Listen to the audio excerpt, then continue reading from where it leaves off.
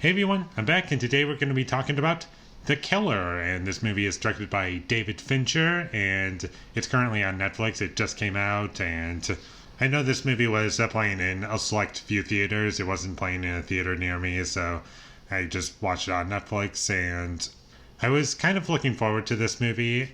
I wasn't a huge fan of Mank. I thought it was good, but nothing that I'll probably ever watch again. But this one looked like it was more up my alley, and I'll say that much about it. It's a better movie than Mank, and I did like the movie overall, but I was slightly underwhelmed by it.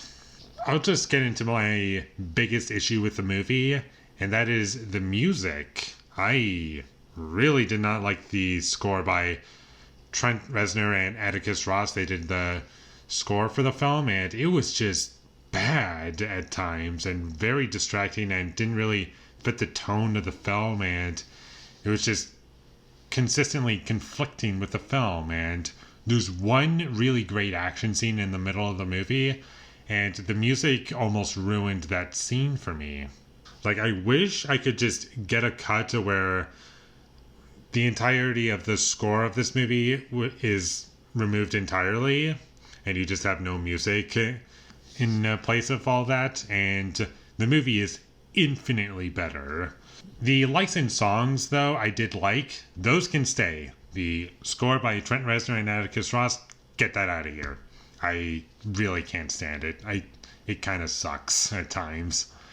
And for the first 20 minutes of the film, I was loving it, and I loved Michael Fassbender. I thought he did a great job. He was very convincing with his accent. I really bought him in the role, and there's a lot of narration, and I thought that helped out the film quite a bit for the most part. I'll get into that later, but I do feel as though it really helped you get into the mind of our main character.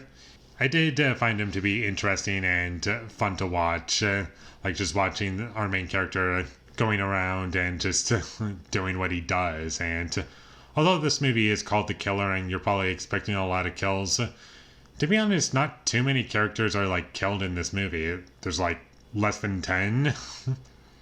And I don't really want to say much more. I don't want to say the exact number because I don't want to spoil anything, but if you're expecting to see a lot of deaths in this movie, you're not going to get it. It's more of a thriller and just figuring out how the killer goes from point A to point B, and that's really what this movie is about, and everything that comes with that, and the story that is kind of unfolding, and you don't really know where it's going. And to some extent I do take issue with that, because there was a certain point in this movie about when there was 40 minutes left, I was like, where's this going? Because it kind of feels like this is just being stretched out and there's not really much else here to explore. But the movie just keeps going, and I was like, okay, that happened.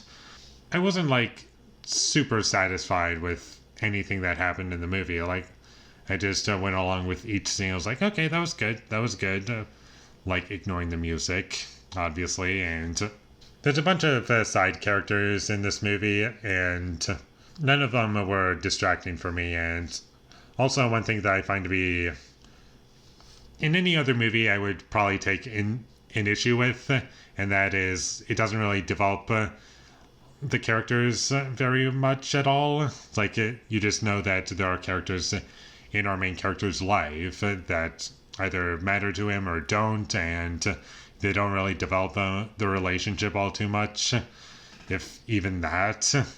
And in any other movie I would take issue with that, but in this movie I think it kind of works, because the movie is called The Killer, and it's mostly about this guy who just kills people. And also, one thing that I found interesting is that when I looked up to see the names of the characters, on IMDb, Michael Fassbender, for example, his character's name is just The Killer, and there's a bunch of characters, there's a bunch of characters that are like that, and where it's just the boss or someone else, or the whatever, their job or something, and that's literally all there is to them, and they're very simple characters. And I do feel as though that was like the intent was to make everything very simple and to just go along with it. And because that's the case, I can be a little more lenient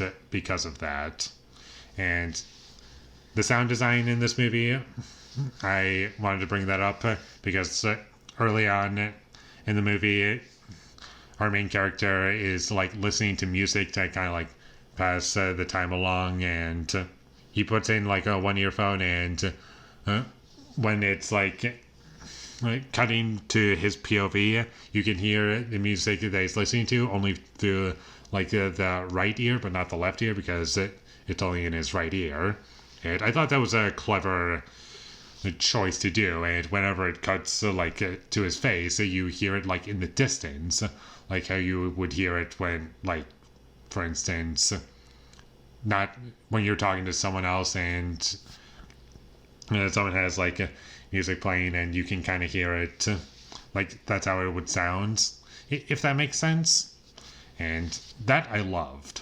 There were some special effects in this movie, and to be honest, it was just the planes that kind of took me out of it. I was like, yeah, that's kind of noticeable, which is kind of a disappointment, especially coming from David Fincher, because he's known for his effects and them just being seamless. And I just wish that that looked better. And this is also a not very fast-paced movie, despite only being like 2 hours. This movie does take its time and gives each scene time to breathe. And personally, I wasn't bothered by the pacing of the film. I was always entertained, and I was interested where the story was going. And just to mention a couple side things, I've never read the comic that this movie is based on. And I don't know how many people were aware of that, but it's a thing.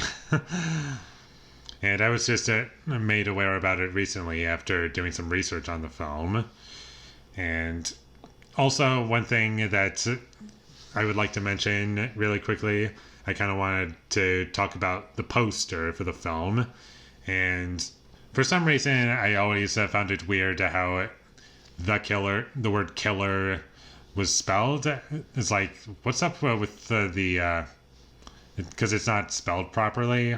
It's like K space dot LLER. But then you take a closer look at it, and you can tell that that's actually the I, just like kind of dead, because you can tell that like there's a bullet hole right above it, and there's like blood coming down. And that's supposed to be the implication that it was killed, and the I is supposed to be a person, and that's just a dead body laying in the title of the film, only it's just an eye, it's not an actual dead person, if that makes sense. And I was like, oh, that's genius. Like, that was pretty cool. And like all of David Fincher's movies, this movie looks great, and everything looks nice and clean, and it's also dark, and it's like a dark character movie, and I feel as though that complements the film. And overall, I really enjoyed the film. Not one of my favorites from him, because that music just really just ruined the movie. I wish we had a better score for the film, or no score, and just had maybe possibly more licensed music, but I don't know. No music probably would have been better. But anyways, good movie if you can get past the music, which I feel like a lot of people can. And it's got more good things than bad for me. Like, there's really great performances, and for me, it's entertaining. I think it's an entertaining movie. It looks great. It sounds great, and the narration works mostly. There are some points where it feels like we're getting a little too much because it's just repeating what we've been already told. Like, stick to the plan and then just go through certain steps after that, and that's just repeated quite a few times. I was like, you probably also didn't need that. You're kind of just dumbing everything down, and you could have just made the film more subtle if you had less narration. Like, if you wanted to repeat that, you could have just said, stick to the plan and stop right there.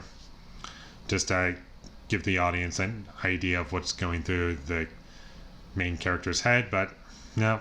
But aside from that, I really enjoyed the film. So check this movie out whenever you get the chance, and with all that being said, I'm going to give The Killer a 7 out of 10. Thank you for watching my videos. As always, if you enjoyed this review, be sure to leave a like and comment down below you thought of The Killer, and my social media links, they will all be in the description, so follow me there. And last but not least, subscribe to be a part of Foley Nation, and I'll see you when I get my next review up, and that is going to be for Mary and Max. So look forward to that, but until I get that up, thank you for watching and have a great day.